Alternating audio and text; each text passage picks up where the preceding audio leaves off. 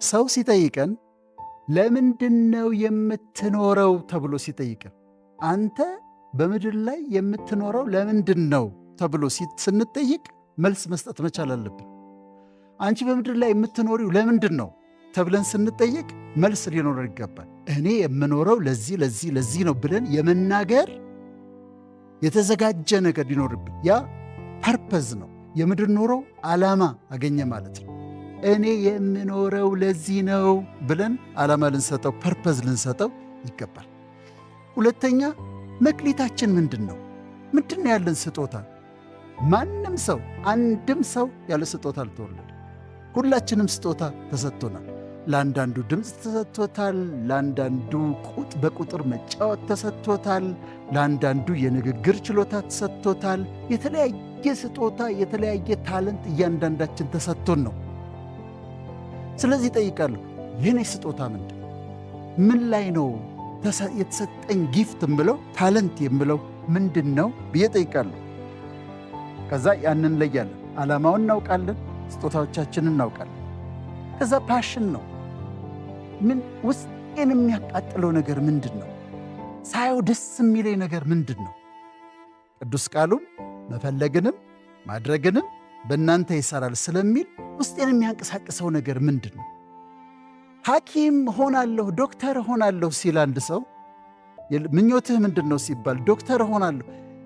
ዶክተር የምትለዋን ታይትልን የፈለገው ወይስ በእውነት የታመሙ ሰዎችን እያየ የኔ የሕይወት ዓላማ የታመሙ ሰዎችን ሕመም ማስወገድ ነው፣ ማከም ነው፣ የሰዎችን ስቃይ ሪሊፍ ማድረግ ነው የሚል ነው ዓላማው? አንድ ሰው ፖሊስ ሆናለሁ ሲል ህብረተሰቡን ከአደጋ ጠብቃለሁ ማለቱ ነው። ስለዚህ ዓላማ ያለው ስጦታችንን አውቀን ዓላማውን አስቀምጠን በፓሽን መመላለስ አለን። ከዛ አራተኛው ፓሽናችንንና ስጦታችንን በትምህርት ማሳደግ አለብን።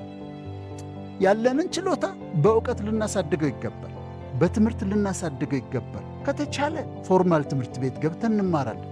ያለበለዚያ እናነባለን፣ ዶክመንተሪዎችን እናያለን፣ ጥሩ አስተማሪ የሆኑ ቃለ መጠይቆችን እንሰማለን። ከዛ በእውቀት ራሳችንን እናንጻለን፣ እናሳድጋለን። ስለዚህ በእውቀት ራሳችንን ማሳደግ ይገባናል። ከዛ አምስተኛው ፎከስድ መሆን ነው፣ በትኩረት መመላለስ። ሩጫ ሲያሸንፍ ሰው ስናይ አትሌት ለመሆን ከተመኘን፣ በጣም ጎበዝ ተዋናይ ስናይ ተዋናይ ለመሆን ከተመኘን፣ እንደው ልብሱን ለብሶ ስናይ ካፒቴን ካሉን ካላል ለወጣቶችም ነው የምናገረውና እሱ አስቸጋሪ ነው። ግን ፎከስድ መሆን አንዳንድ ጊዜ ያስገርሙኛል። ጋዜጠኛ ሆነው ጀምረው ጋዜጠኛ ሆነው የጨረሱ ሰዎች በጎን መጽሐፍቶች ሊጽፉ ይችላሉ። ግን እኔ ጆርናሊስት ነው፣ የሕይወቴ ጥሪ ጋዜጠኝነት ነው ብለው ጋዜጠኛ ሆነው ጀምረው ጋዜጠኛ ሆነው የጨረሱ ሰዎች አሉ። ከውጭ እንደ ሌሪ ኪንግ አይነቶቹ ዘመናቸውን በሙሉ ለጋዜጠኝነት የኖሩ ኢትዮጵያ ውስጥም እንደዚሁ። እና ፎከስድ መሆንና በዛው አቅጣጫ ፓሽናችን በሆነው በተጠራንበት እዚህም እዛም ሳንል በተጠራንበት የሕይወቴ ጥሪ ነው ባልነው ነገር ላይ ፎከስ ልናደርግ ይገባል። ጥሪዬ ነው ይሄ ነው ፓሽኔ ብለን ስንሄድ በምድር ላይ ስንጓዝ ምንጣፍ አይነጠፍልንም። ትግሎች ይኖራሉ፣ ቻሌንጆች አሉ፣ የሚያስቸግሩን ነገሮች ይመጣሉ። በእነዚህ ውስጥ መጽናት ፐርሲስተንስ፣ ይሄ የሕይወቴ ዓላማ ነው ካልን ይሸነፋል። ደጋግመን ስንሄድ ይሸነፋል። ቀይ ምንጣፍ አለመጠበቅ፣ እንደው ዝም ብሎ ጽጌሬዳ ያለበት ምንም ችግር የሌለበት ዩቶፒያ ማለት ምንም ችግር የለበት አይዲያል የሆነ ቦታ ነው። እንደዛ እንጠብቀው። ተግዳሮት አለ፣ አዎ። ችግር አለ፣ አዎ። ቻሌንጆች ይመጣሉ፣ አዎ። እነሱን ግን ተቋቁሞ ለማለፍ ላለመሸነፍ ግን መወሰን አለብን።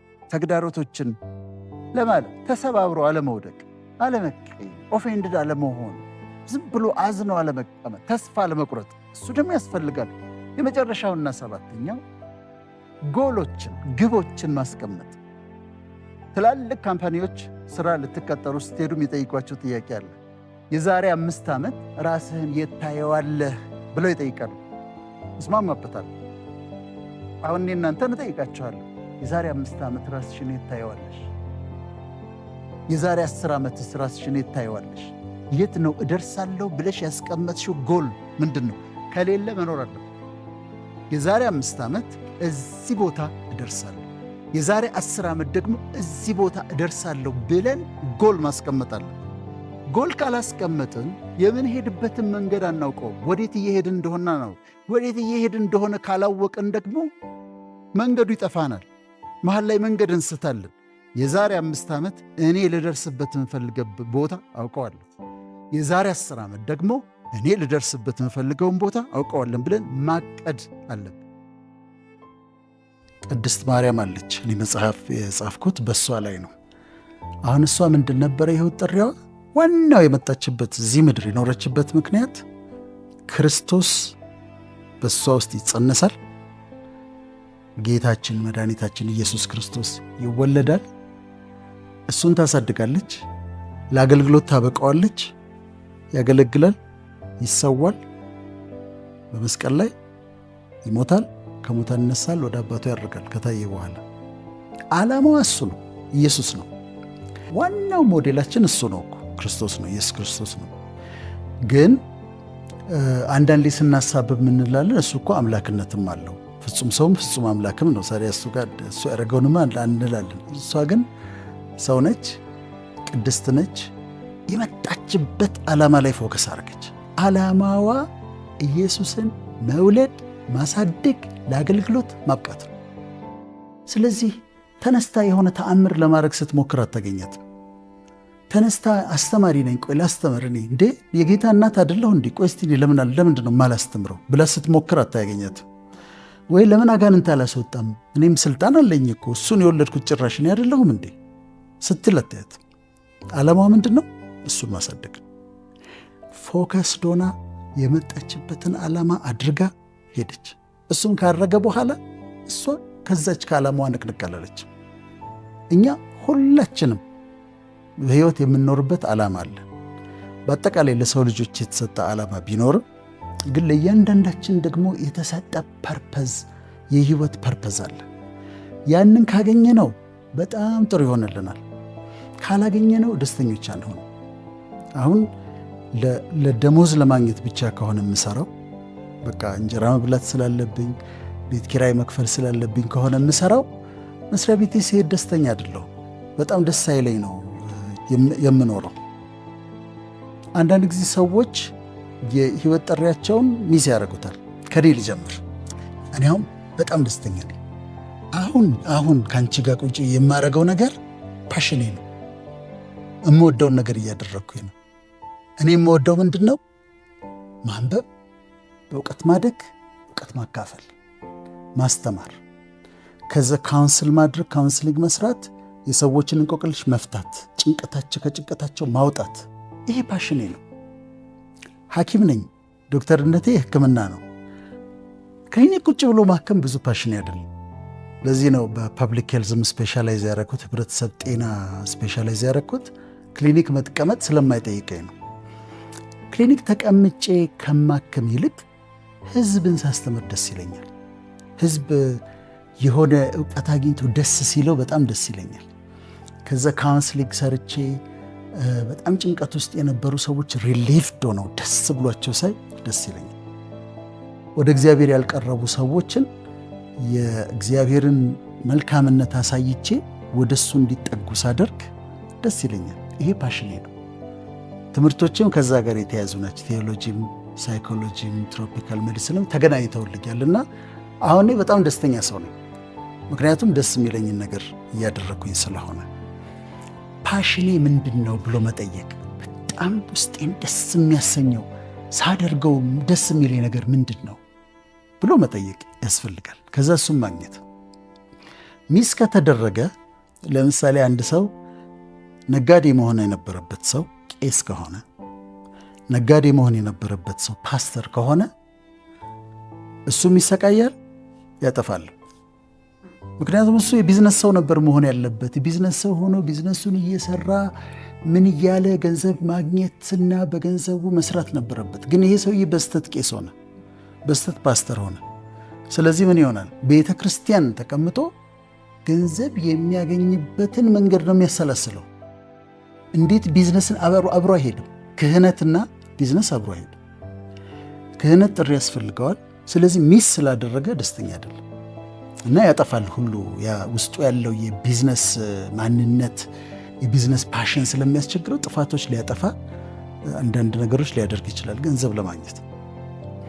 ልክ እንደዚሁ አርቲስት መሆን ያለበት ሰው ወታደር ከሆነ ወታደር ሆኖ አርቲስት መሆን የነበረበት ሰው ነው። ወንዴውም ከሬጁ የለውም። ከዚህ ሻለቃም ምናምን ሊሆን ይችላል። ግን ጦርነት በመጣ ቁጥር የመድፍ ድምፅ በመጣ ቁጥር እየደነበረ ያልተሰጠው ነገር ነው። በፍርሃት ነው የሚያሳልፈው። እና የፓሽናችንን በጣም መፈለግ ያስፈልጋል። እና ለተፈጠርንበት ያንን ፓሽን ተከትሎ ለተፈጠርንበት ዓላማ መኖር ያስፈልጋል። እኔ ሐኪሞችን ማውቃቸው አሉ።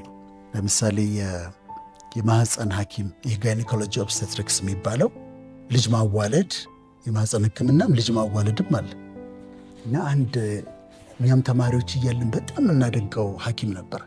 የጋይኒኮሎጂስት ኦብስቴትሪሽን ነው። በቃ ደስታው ነው ማዋለድ። ልጅ ማዋለድ የመጨረሻ ደስታው ነው። አይደክመውም።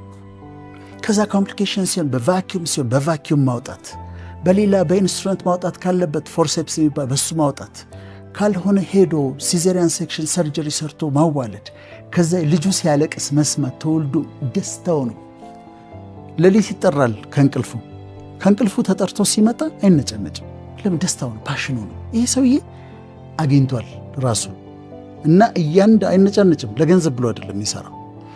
ሰርጅኖች አሉ ማውቃቸው፣ በቃ ውስጥ ቲዩመር ካለ መርምረው ምናምን አሰቃይተው ገብተው እስኪያወጡት ድረስ ያንን ካንሰር በቃ ጊዜ የላቸውም። ሄደው ገብተው ያወጡታል መንቅለው እና ደስታቸው ነው። ባትከፊያቸውም ይሰሩታል። የሕፃናት ሐኪም ሆነው ሕፃናትን የሚወዱ በቃ ለቭትም ሕፃናቶቹን ይወዷቸዋል እና ሕፃናቶቹን ማከም ደስ ተሽሏቸው ሲያዩ ደስ ይላቸዋል። ሌላው አንዳንዱ ደግሞ ለምሳሌ ቦክሰኛ መሆን የነበረበት ሰውዬ ሐኪም ሆኖ ይቀመጥና ምንድን ያመመሽ? እሺ መቼ ጀመረሽ? እሺ ይሄንን ምርመራ ሰሪ ይላታል። ይህ ሰውዬ ሐኪም ለመሆን አልተፈጠረም። ከዛ ላቦራቶሪ ይሄን አሰሪ፣ ላቦራቶሪ ይመጣላት፣ ይሄን 7 ቀን ውሰጂ ይላታል። እንትንስ ዶክተር በቃ ነገርኩሽ እኮ ሂጂ። ይሄ የጤና ባለሙያ አይደለም። ተሳስቶ ነው የገባው፣ በስተት ነው የገባው። ስለዚህ ፓሽናችንን መለየት አንዳንድ ሚስ አድርገነው ከሆነ ለምሳሌ መሆን የነበረብኝ ሌላ ከሆነ ደራሲ ከሆነ መሆን ያለብኝ ያንን ሙያዬን ሳልተው ኢንጂነር ከሆንኩኝ አሁን ያንን ሳልተው ወደ ድርሰቱ መምጣት ራሴን መፈለግና ማግኘት። ለፓሽን መኖር ትልቁ ቻሌንጅ ምንድን ነው? ለፓሽኔ ሰርተሽ ለህይወት ፐርፐዝ ኖረሽ መጀመሪያ ላይ ገንዘብ ላታገኝ ትችላለሽ። ለምሳሌ ደራሲዎችን ውሰጅ። እኛ ሀገር መጽሐፍ ማለት ማሳተም ማለት በጣም ከባድ ነው። ሌላ ሀገር መጽሐፍ እጽፋለሁ ከኔ የሚጠበቀው መጽሐፍ ብቻ ነው። ፐብሊሸር አለ፣ ገና መጽሐፌ እንዳለቀ ይወስደዋል፣ ያርመዋል። ፐብሊሸር ድርጅት አለ፣ ራሱ ያሳትማል፣ ራሱ ዲስትሪቢዩት ያደርጋል፣ ራሱ ይሸጣል። ከዛ እኔ አካውንቴ ውስጥ የሚገባኝን ይከትልኛል። እዚህስ ፐብሊሸሮች ትንሽ ናቸው፣ የሚወስዷቸው መጽሐፎች በጣም ጥቂት ናቸው። ራስሽ ትጽፊያለሽ፣ ተበድረሽ ታሳትሚያለሽ፣ ራስሽ ታከፋፍያለሽ በታክሲ። ከዛ ካከፋፈልሽ በኋላ ብር መሰብሰብ መከራ ነው እና ገንዘብ አያገኝም። ፓሽኑ ድርሰት ነው፣ መጽሐፍ አለበት። ግን ደግሞ ጽፎ ከመጽሐፉ ገበያ ያገኝ። ብዙ ደራሲዎች በዚህ ሰፈር ያደርጋሉ ኢትዮጵያ ውስጥ። ግን ይሁን ገንዘብ መጀመሪያ ባያስገኝሽም ለፓሽንሽ መኖር በኋላ ላይ ይመጣል፣ ቆይቶም ቢሆን ይመጣል። አክተሮቻችን እኮ አብዛኞቹ ብዙ ገንዘብ አያገኙም፣ ግን ለዛ ተፈጥረዋል። ያን ከዛ ውጭ ሌላ ነገር መሆን አይችሉም። ስለዚህ ብዙ ገንዘብ ባያስገኝም ለፓሽን መኖር ትልቅ ነገር ነው። አንዳንዴ እኔ እዚህም ላይ ያለ ሰዎች ጥሪያቸውን ሚስ አድርገው ቢሆን ኖሮ እዚህ ጋር ሌሎችን ሰዎች ነው ያነሳሁት። አሁን ግን አንድ ሰው ላንሳልሽ። ቢንያም መቄዶንያ ምን አይነት ትልቅ ሰው ነው! ምን አይነት አስደናቂ ሰው ነው! አሁን ይሄ ሰው ካፒቴን ቢሆንስ ኖሮ ኢትዮጵያ ውስጥ የማይቀመጥ ፓይለትስ ቢሆን ኖሮ ይህንን ሁሉ አዛውንት ማን ይዝልን ነበር? ማን ይሰራው ነበር? ይህንን ልክ እንደዛ ብለሽ አስቢ። እና ግን ሰልፍለስ የሆነ ስለ ራሱ እንዲወራ የማይፈልግ እንዲህ አይነት ቃለ መጠይቅ ላይ አቅርበሽው እኔ አይቼዋለሁኝ። እንደው ቪዥንህ ምንድን ነው? ራእይህ ምንድን ነው? እኔ ምን ራእይ አለኝ? በቃ ለእግዚአብሔር መኖር ነው። ምን አደረግኩና ታደንቀኛለህ ነው የሚልሽ። ልታከብሪው ስትሞክሪ አይቀበልም ክብር። ግን ይሄ ሰው አንድ ሰው የሰራውን ስራ ተመልከች። ይሄ የተፈጠረበትን ዓላማ ሚስ ቢያደርግ ኖሮ ኪሳራችን በጣም ብዙ ነበር የሚሆነው። አንዳንዶቹ ደግሞ ሳይድ ባይ ሳይድ ይሰራሉ። አሁን እንደ ሰለሞን ቦጋለ፣ ደሳለኝ ኃይሉ አክተሮች ናቸው፣ ተወዳጆች ናቸው። ሩህሩህ ልብ አላቸው፣ ያለቅሳሉ እና አይችሉም፣ መርዳት ይፈልጋሉ። ስለዚህ ሙያቸውን እየሰሩ እርዳታ ደግሞ ይሰጣሉ። ፓሽን አንዳንዴ መልቲፕል ሊሆን ይችላል፣ አንድ ብቻ ላይሆን ይችላል። 2-3 ጊፍት ሊሰጥሽ ይችላል። ምሳሌ ልንገርሽ። የአርቲስት አበበ ባልቻ ሂዝ ሎየር ሰማለሁ። በጣም ጎበዝ የህግ ሰው እንደሆነ፣ በጣም ጎበዝ ሎየር እንደሆነ ሰማለሁ። ግን ደግሞ በጣም ጎበዝ አርቲስት ነው እና ሁለቱም ፓሽኖቹ ይመስሉኛል። በሁለቱም ጥሩ ስም አለው። በጣም የተደነቀ ሰው ነው። በህግም በአክቲንጉም እኔ በጣም የምገረምበት ሰው ነው። ስለዚህ መልቲፕል ፓሽኖች ካሉን ደግሞ 2ቱን ወይ 3ቱን አብረን የምናስኬድበትን መንገድ መፈለግ። ዋናው ነገር ግን ውስጥ ያሉት ጊፍቶች ምንድን ናቸው? እኔ እዚህ ምድር ላይ ያለሁት ለምንድን ነው? አጭር ነው ዕድሜ። ለምንድን ነው የመጣሁት? አንዳንድ ሰው ፖለቲሻን ለመሆን የተፈጠራል። ታውቂዋለሽ፣ ሲናገር ታውቂዋለሽ። እና ስም እንዳልጠራ ነው እንጂ በቃ ሲያወሩ ታውቂያቸዋለሽ። ቦርን ፖለቲሽያንስ ናቸው። ማይንዳቸው የዛ ነው። ሌላው ደግሞ ፖለቲሻን ለመሆን አይደለም ጥሪው፣ ግን ገብቷል ፖለቲካ ውስጥ። ስለዚህ ስራው ምን ይሆናል? መቃወም ብቻ። ምንም ይባል መቃወም፣ ያኛው ይባል መቃወም፣ ይሄ ይባል። ለምን? የራሱ አይዲያ፣ ኦሪጂናል አይዲያ የለውም። እና ትለያቸዋለሽ። ይሄ ፖለቲሻን ነው፣ ይሄ ዝም ብሎ ነው የገባው ብለሽ መለየት ትችላለሽ። እና የሰው ልጅ በጣም ደስተኛ ለመሆን ለህይወት ዓላማ መኖር፣ ለህይወት ጥሪ መኖር፣ እዚህ ምድር ላይ የምኖራቸው ዓመታቶች አሉ። በእነዚህ ዓመታቶች ምን አድርጌባቸው ልለፍ? ምን ሰርቼባቸው ልለፍ? ምን አድርጌ ልለፍ? ኑሮ አንዳንድ የሚያስገድደን ጊዜ አለ፣ ፋይናንስ የሚያስገድደን ጊዜ አለ። ግን በጣም የምንደሰትበትን በሃይሊ ኢፌክቲቭ የምንሆንበትን ካሜራማን መሆን የህይወታቸው ፓሽን የሆነ በጣም የሚወዱት ሰዎች አሉ። they will die for it። ጦር ሜዳ ሄደው ይቀርጻሉ። ሌላ ስራ ስሩ ብትያቸው አይፈልጉም። በቃ እነሱ ያ ነው ኢንጆይ የሚያደርጉት። ፎቶግራፈርስ አሉ ኢንጆይ የሚያደርጉት እሱ ነው። እና ፓሽናቸውን፣ ታለንታቸውንም ጥሪያቸውንም ይሰራሉ። በዛ ደግሞ ስራቸው ትልቅ ነገር ይሰራሉ። ጋዜጠኞች አሉ። የኢትዮጵያን ተደብቆ የነበረ ረሃብ፣ የ77ቱን ረሃብ፣ ትልቅ ረሃብ ያጋለጠ ጋዜጠኛ ነው። ካሜራማን ነው መጥቶ አንስቶ ሰርቶ። ስለዚህ ለህይወታችን ፓሽን ከኖርን ተጠቅመን ደስ ብሎ ኖርን እናልፋለን። ያደጉት የበለጸጉት ሀገሮችና እኛ ልዩነታችን ይሄ ነው። አሁን አንድ ጥናት እያየሁ ነበርና 64% አሜሪካውያን ስራ ከጀመሩ በኋላ ፓሽናቸው ወደ ሆነው ነገር ይቀይራሉ ይላል። ለምን? ይችላሉ። ባለጸጋ ሀገር ስለተፈጠሩ ወደ ፓሽናቸው ለመሄድ ይችላሉ። እኛ ሀገር ፕሬሸሩ አለ። አሁን እኔን ራሴን ወይም አንቺን ምሳሌ ብንውሰድ፣ እኔ ምን ይጠበቅብኛል? አንተ ሜዲካል ዶክተር ነህ፣ 3 ማስተርስ ዲግሪ አለ። ለምንድነው ኢንተርናሽናል ኤንጂዎች የማትሰራው? ለምን ዩኤን አትሰራም? ለምን አፍሪካ ዩኒየን አትሰራም? በዶላር ነው የሚከፍሉ። አስተያየት ሊሰጠኝ የሚፈልግ የሚቀርበኝ ሰው ይሄንን ነው የሚለው። እኔ ደግሞ ጠዋት 2 ሰዓት ገብቼ ማታ 11 ሰዓት ላይ መውጣት አልችልም። ደግሞ እዛ ጋር የሆነ ቦታ ሰርቼ አውቃለሁ። ጆን ሆፕኪንስ የሚባል ዩኒቨርሲቲ እዚህ ፊልድ ብራንች ነበራቸው እና እዛ መስራት ጀመር። ኮኦርዲኔተር አድርገው ነው እንደውም የቀጠሩ። ደሞዙ ጥሩ ነው። ተሽከርካሪ ወንበር ላይ ትቀመጫለሽ ምናምን፣ ብዙ አትሰሪም። ብዙ ቲ ብሬኮች አሉ። አሜሪካ ደርሶ መምጣት አለ ምናምን፣ ደስ ይላል። ግን ስራ የለም። እዛ ጊዜ ስንሰራ የነበረው ምንድን ነው የኤችአይቪ ኤድስ ትሪትመንት ላይ ለሚሰሩ ሐኪሞችና ነርሶች የማማከሪያ ማዕከል ነው የከፈተው ጆን ሆፕኪንስ። እኔ ደግሞ እዛ ኮኦርዲኔት አደርጋለሁ። ነርሶች አሉ፣ ሐኪሞች አሉ፣ ሳይኪያትሪስት አለ ምናምን እንደዛ አለ። ከዛ አንድ ቀን ምን አልኳቸው፣ እስቲ እንሂድ ገጠር እስቲ እንሂድ አልኳቸው። ከዛ ገጠር ሄድ ሄልት ሴንተሮች እየገባን እንዲህ አይነት አገልግሎት ጀምረን ነበረ እና እያከማችሁ እያላችሁ ኤችአይቪ እያከማችሁ እያላችሁ የሃርት የኤችአይቪ ትሪትመንት ችግር ሲገጥማችሁ ስልክ ቁጥር አለ፣ ስልክ እኛ ጋር ትደውሉና ፋርማሲስት አለን፣ ላቦራቶሪ ቴክኒሻን፣ ሐኪም አለን፣ ሳይኪያትሪስት አለ ምናምን መልስ እንሰጣቸዋለን አልናቸው። ሁሉ ምን እንዳለው ነገር እኛ ሕክምናውም የጠፋን ምን ያው የተወሰነ መድኃኒት ነው ያለው፣ እሱን ነው የምንሰጠው። ይልቅ የምናከማቸው ህመምተኞች መድኃኒቱ እየገደላቸው ነው፣ ምግብ ካለመብላት የተነሳ የምትረዱን ከሆነ ለነዚህ ለመድኃኒት ለሚወስዱት ምግብ ስጧቸው። መድኃኒቱን መውሰድ አለባቸው። መድኃኒቱን ለመውሰድ ምግብ መብላት አለባቸው ብለዋል። እኔ ዜሮ ሆነብኝ ስራው።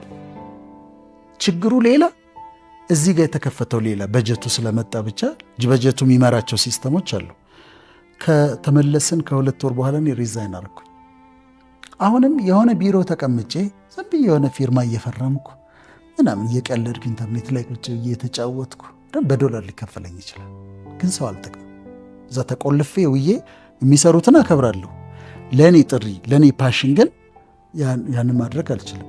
ስለዚህ ብዙ ዶላር ላላገኝ ይችላለሁ፣ መጠነኛ ኑሮ ለመኖር ልገደድ ይችላለሁ፣ ግን ፓሽኔን አግኝቻለሁ፣ ለፓሽኔ እኖራለሁ። ቅድም ያልኩሽ ለምሳሌ ደራሲዎች ያልኩት በቃ ብዙ አያገኙም። በችግር የሚኖሩ ደራሲዎች ያውቃለሁ፣ ግን ደግሞ ውስጣቸው ያለው ስነ ጽሁፍ ነው፣ መጽሐፍ ነው ያለባቸው። አሁን የእነሱን ሳፖርት የሚያደርግ ነገር ቢዘጋጅ፣ ሰዎች በታለንታቸው ለመውጣት ሲዘጋጁ የሚያግዝ ነገር ቢኖር ሀገራችን ውስጥ በጣም ጥሩ ነበር። አሶሲዬሽንስ ቢኖሩ፣ የደራሲያን ማህበር አለ፣ ግን አቅም የለውም። ግን ያንን ቪዥንሽን ፐርሲው ስታደርጊ፣ በፓሽንሽ መንገድ ለመሄድ ስትፈልጊ ግን የሚያግዙ ሰዎች ያስፈልጋል። እና ኢትስ አንፎርቹኔት እኛ ሀገር ያለው ነገር ወደፊት ያው እየተሻሻለ ይመጣል ብዬ ተስፋ አደርጋለሁ።